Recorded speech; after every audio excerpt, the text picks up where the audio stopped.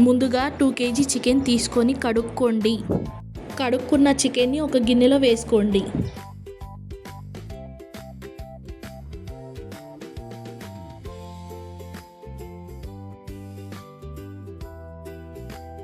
పసుపు 1 స్పూను, ఉప్పు కారం మీకు టేస్ట్ తగ్గట్టుగా వేసుకోండి. అల్లం వెల్లుల్లి 4 స్పూన్లు, బిర్యానీ ఆకు, చెక్క, లవంగాలు, షాజీరా, మరాఠీ మొక్క, యాలకులు, స్టార్ పువ్వు ఇవన్నీ వేసుకోవాలి.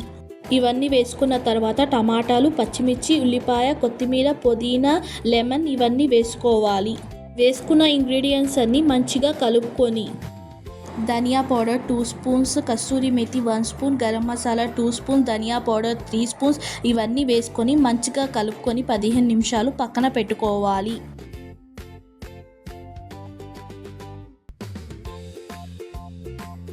బిర్యానీ ఆకు, చెక్క, సోపు, లవంగాలు, అనాస పువ్వు, జాజికాయ, జాజి పువ్వు ఇవన్నీ బరకగా మిక్సీ పట్టుకోవాలి. మిక్సీ పట్టిన మిశ్రమాన్ని 2 స్పూన్స్ వేసి మంచిగా కలుపుకోవాలి. కలుపుకున్న మిశ్రమంలో ఒక చిన్న బౌల్ అంతా నూనె వేసుకొని కలుపుకోవాలి. 2 kg చికెన్కి 2 kg బాస్మతి రైస్ తీసుకొని మంచిగా కడుక్కొని నానపెట్టుకోండి. గిన్నెలో వాటర్ బాయిల్ చేసుకోండి. 1 కప్పు పెరుగు, గుప్పెడంత ఫ్రైడ్ ఆనియన్స్, ఒక చిన్న గిన్నె అంత నూనె పోసుకొని మంచిగా కలుపుకోవాలి.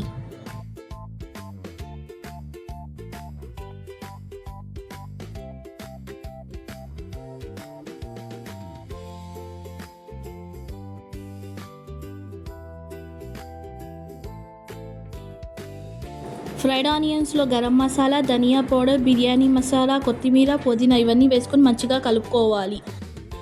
వాటర్లో నూనె, బిర్యానీ మసాలా, ఉప్పు, పచ్చిమిర్చి, కొత్తిమీర, పుదీనా ఇవన్నీ వేసుకొని మంచిగా బాయిల్ చేసుకోవాలి. పెట్టిన బియ్యాన్ని మరుగుతున్న వాటర్లో వేసి 70% బాయిల్ చేసుకోవాలి. మ్యాగినేట్ చేసిన చికెన్లో మరుగుతున్న వాటర్ వేసి మంచిగా కలుపుకోవాలి.